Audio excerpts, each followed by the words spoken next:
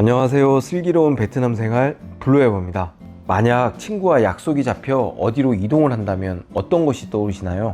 지하철로 가야 하나? 가깝기도 하고 귀찮은데 그냥 택시로 갈까? 지금은 차가 안 막힐 시간이라 내 차로 가야 하나? 보통 머릿속에 동선이 쫙 그려지시면서 걸리는 시간과 이동 방법까지 딱 머릿속에 떠오르실 텐데요. 그런데 만약 여러분이 베트남에 오셔서 어디를 가야 한다면 뭐가 떠오르시나요? 머릿속에 동선과 방법이 쫙 그려지시나요? 갑자기 머릿속이 하얘지면서 없던 가이드가 막 보고 싶지는 않으신가요? 제가 그런 답답함을 좀 덜어드리고자 이 영상만 보시면 베트남 생활에서 정말 중요한 교통에 대해서 어느 정도 감을 잡으실 수 있을 거라고 확신합니다. 보통 대표적으로 베트남 대중교통은 그랩, 버스, 최근에 하노이에 생긴 지하철 정도라고 볼 수 있는데요. 우선 기본 중에 기본인 그랩만 잘 이용하셔도 베트남에서 이동하시고 대중교통 문제는 아무 문제가 없을 정도니까 자, 그랩 완전 정복 믿고 따라오시죠. 그럼 출발합니다. 우선 한국인에게 가장 중요한 교통수단인 그랩입니다. 예전 그랩이 생기기 전에는 택시를 많이 이용했는데요. 한국과 달리 베트남에서는 택시 이용에는 많은 문제를 일으킬 소지가 많고 실제로도 이용에 많은 문제가 발생을 하고 있습니다. 현금 결제 문제, 거스름돈 문제, 일부러 더 먼 길로 가는 문제 등등 문제가 발생할 때 기사 연락처도 알 수가 없고 여러 불편한 사항이 많았었는데 그랩은 2014년 베트남에서 처음 서비스를 개시하여 점점 새를 키워오다가 지금은 완전히 대세교통수단이 되어 완전히 자리를 잡은 모습인데요. 현재 베트남에서 명실상부하게 가장 인기 있고 편리한 대중교통이라고 할 수 있겠습니다. 특히나 최근에 그랩이 보편화되면서 서비스의 질이 예전 택시보다 비약적으로 상승을 했는데요. 이제는 베트남도 한국과 택시 이용을 하는 것과 별반 다르지 않을 정도로 편리해졌습니다. 지금은 한국인에게 다른 건 몰라도 베트남에서는 묻지도 따지지도 말고 무조건 그랩입니다. 그러나 그 중에서 그랩 오토바이는 추천하지 않는데요. 가격이 조금 저렴하긴 하지만 평소 한국 분들이 오토바이 뒤에 타는 것이 익숙치가 않고 사고가 났을 시 부상의 위험 정도가 훨씬 심각하여 안정상의 문제로 저는 오토바이 그랩을 추천하지 않습니다. 그래서 그냥 오토바이 그랩은 과감히 걸으시고 그랩은 차량만 이용한다라고 쉽게 생각하시면 되겠습니다. 그랩은 이용 전에 차량과 드라이버의 연락처 확인이 가능하여 차량 이용 앞뒤로 여러 가지 문제를 사전에 예방할 수 있으며 보통 사용 중인 신용카드와 연계하여 사용하기에 일일이 현금 결제에 불편함도 없고 출발지에서 도착지까지 얼마나 걸릴지 비용은 얼마일지 사전에 정확하게 확인 후 차량 이용이 가능하여 정신적으로도 상당히 사용이 깔끔합니다. 차종은 승용차부터 SUV까지 다양한데요. 대부분 경차나 소형차가 온다고 보시면 되겠습니다. 가격은 거리에 따라 다르긴 하지만 시내에서 이용하신다면 기본적으로 한국에서 차량을 이용하는 금액보다 훨씬 저렴합니다. 웬만한 거리에는 보통 한국인이 충분히 감당할 수 있는 10,000원 이하의 금액 정도가 나오므로 3명까지는 한 차로 이용해도 큰 부담이 없습니다. 최근에는 코로나 사태로 인해 기본적으로 기사분이 마스크를 다 착용하고 있고 운전석과 비닐벽이 있어 그랩 기사 건강을 위한 방역을 떠나 시각적으로도 베트남도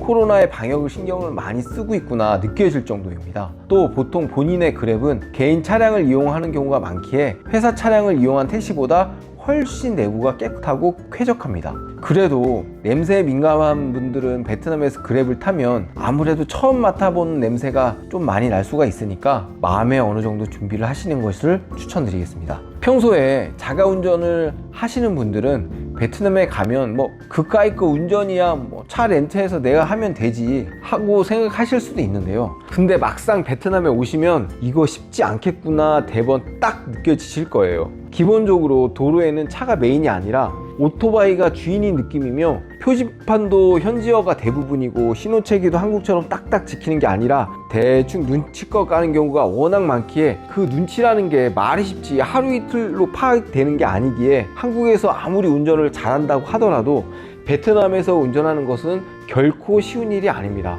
우리가 볼 때 엉망진창인 교통 상황인데도 수월하게 운전을 척척하는 현지 그랩 기사를 볼 때마다 참 대단하다고 존경심이 느껴질 정도입니다.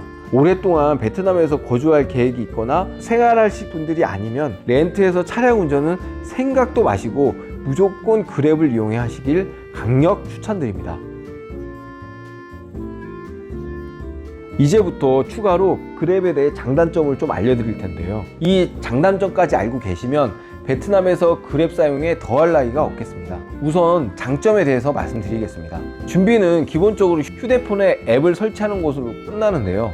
간편하죠. 그래도 여기서 앱은 베트남어와 영어 버전이 있으며 저희는 영어 버전을 사용하면 되는데요. 영어라고 해서 어려워 보여도 겁내실 필요가 전혀 없습니다. 막상 쓰는 화면은 거기서 거기고 인터페이스 화면 자체가 크게 어렵지 않아서 몇 번만 해보면 금방 익숙해질 수 있습니다. 결제는 현금으로 직접 결제할 수도 있지만 특히 베트남 현금 사용이 익숙치 않은 한국인에게는 카드 연동하여 카드 결제를 하시는 게 여러모로 편리합니다. 예전에는 택시 요금 때문에 현지 택시기사가 바가지를 씌운다거나 거스름돈이 없다고 하면서 그냥 고액권을 받고 배째라 하는 등 여러가지 문제점이 많았지만 그랩은 무엇보다도 이용 전에 어플에서 가격을 딱 확인이 가능하고 운전기사와 차량 번호까지 확인이 가능하므로 차량이 현재 실시간으로 어디에 있는지 확인도 가능하며 운전기사와 차량 번호까지 딱 뜨고 차량이 현재 실시간으로 어디에 있는지 확인이 가능하므로 심리적으로 상당히 안정감이 있습니다. 또 이용 과정 자체가 문제가 생길 소지가 별로 없고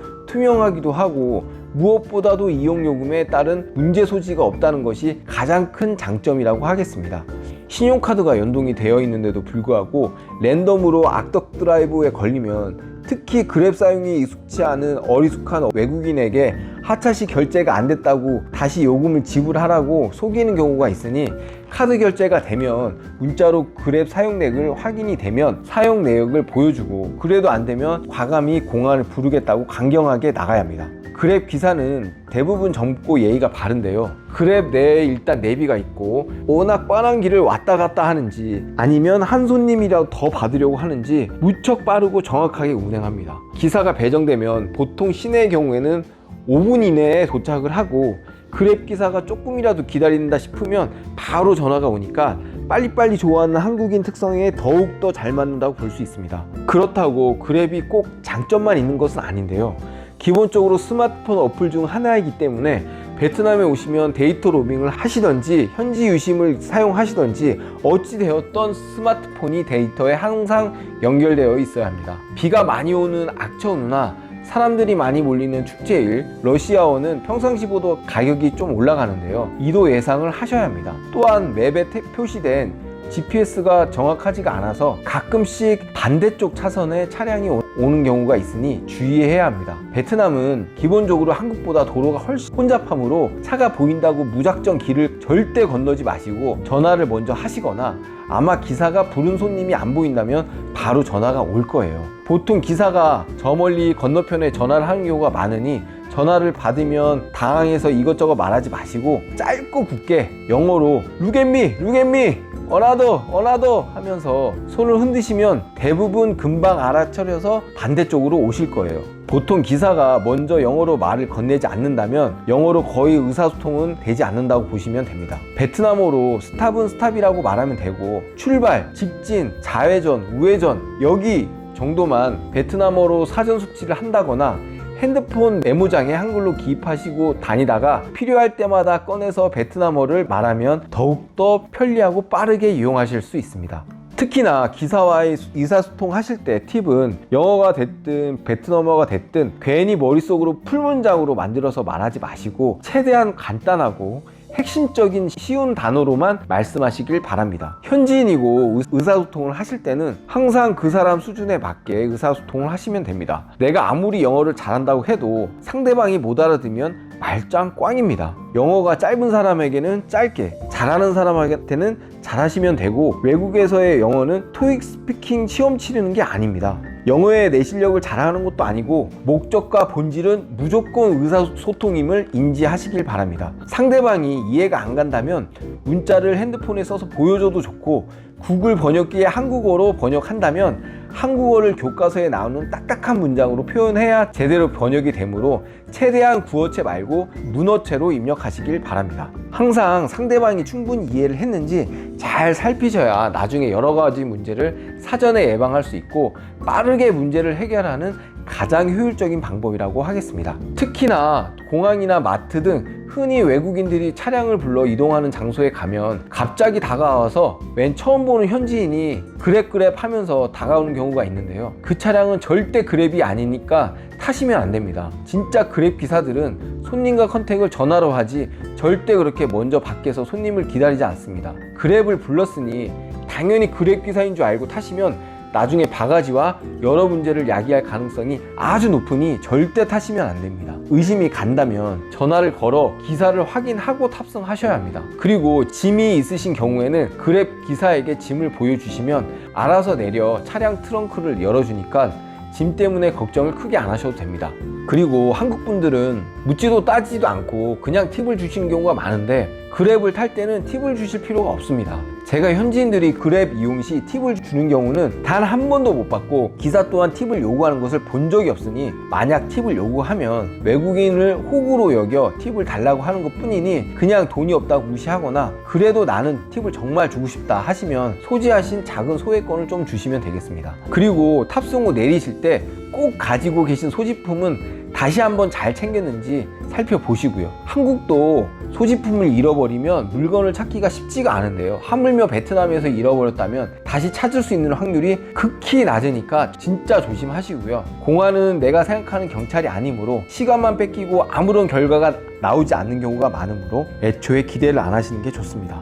만약 잃어버리셨다면 즉시 알고 있는 현지인에게 도움을 요청하시길 바랍니다. 이번 영상은 베트남 대중교통의 기본이 되는 그랩에 대한 설명과 이용에 대한 주의사항을 알려드렸는데요. 하나씩 베트남의 것을 도전하시어 내 거로 만들면 베트남에서 생활과 관광에 날개를 다는 것과 같습니다. 외국이라고 해도 어려운 건 하나도 없습니다. 일단 시도하시고 모자란 부분은 태우면 됩니다. 모쪼록 해외에서 그랩을 자유자재로 사용하시고 베트남에서 행복하고 좋은 추억만 가득 남기시길 기원하겠습니다. 오늘 영상이 도움이 되셨다면 좋아요, 구독 버튼 부탁드리고요. 저는 베트남에 대해 도움이 되는 영상으로 다시 찾아오도록 하겠습니다.